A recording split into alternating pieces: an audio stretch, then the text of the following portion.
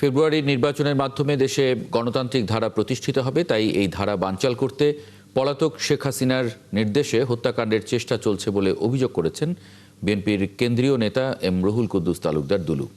শনিবার সকালে নাটোরের আলাইপুর জেলা বিএনপির কার্যালয়ের সামনে সংসদ নির্বাচনে প্রার্থীদের উপর হামলায় জড়িত দুষ্কৃতিকারীদের গ্রেপ্তার ও শাস্তির দাবিতে বিক্ষোভ সমাবেশে তিনি এই অভিযোগ করেন। এ সময় আরও বলেন, এই ঘটনায় জড়িতরা আগামী দিনে আরও নাশকতা ঘটাতে পারে, তাই সবাইকে ঐক্যবদ্ধ হয়ে সতর্ক থাকার আহ্বান জানান তিনি।